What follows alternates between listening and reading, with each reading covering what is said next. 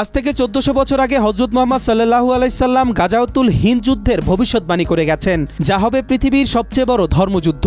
এই যুদ্ধ সংগঠিত হবে ভারতবর্ষে কাফের ও মুসলমানদের মধ্যে, যে যুদ্ধে নিশ্চিতভাবে বিজয় হবে মুসলমানদের। কিন্তু কবে আসবে এই গাজওয়াতুল হিন্দ, আর ঈমানদার মুসলিমদের জন্য কতটা গুরুত্বপূর্ণ এই যুদ্ধ?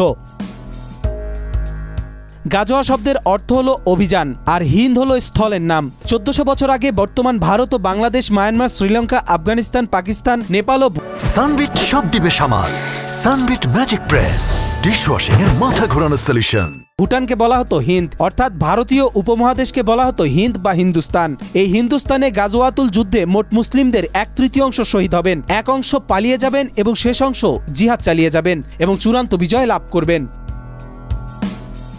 বিভিন্ন হাদিস গ্রন্থে এসেছে রাসূলুল্লাহ সাল্লাল্লাহু আলাইহি সাল্লাম বলেছেন, উম্মতের একটি দল হিন্দের যুদ্ধ করবে, আল্লাহ তাদের বিজয় দান করবেন। তারা ভারতবর্ষের রাজাদের বন্দী করবে এবং আল্লাহ তাদের ক্ষমা করে দিবেন। কিন্তু এই যুদ্ধ এতটাই ভয়াবহ হবে যে এতে অল্প কিছু সংখ্যক মুসলিম বেঁচে থাকবেন বিজয়ের উল্লাস করার জন্য। রাসূল সাল্লাল্লাহু আলাইহি সাল্লাম একদিন পূর্ব দিকে তাকিয়ে বড় বড় নিঃশ্বাস নিচ্ছিলেন। এমন সময় এক সাহাবী রাসূলুল্লাহ সাল্লাল্লাহু আলাইহি সাল্লামকে জিজ্ঞাসা করলেন, ইয়া রাসূলুল্লাহ, আপনি এমন করছেন কেন?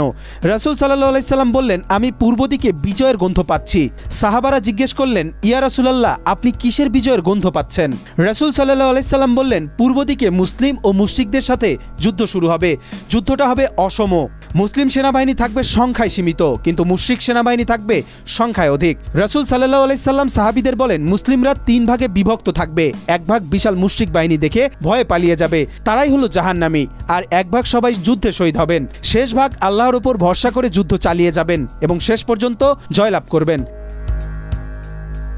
রাসূল সাল্লাল্লাহু আলাইহি সাল্লাম এই যুদ্ধকে বদর যুদ্ধের সমতুল্য বলেছেন। তিনি বলেছেন, ওই সময় মুসলিমরা যে যেখানেই থাকুক না কেন, তারা যেন এই যুদ্ধে শরীক হন।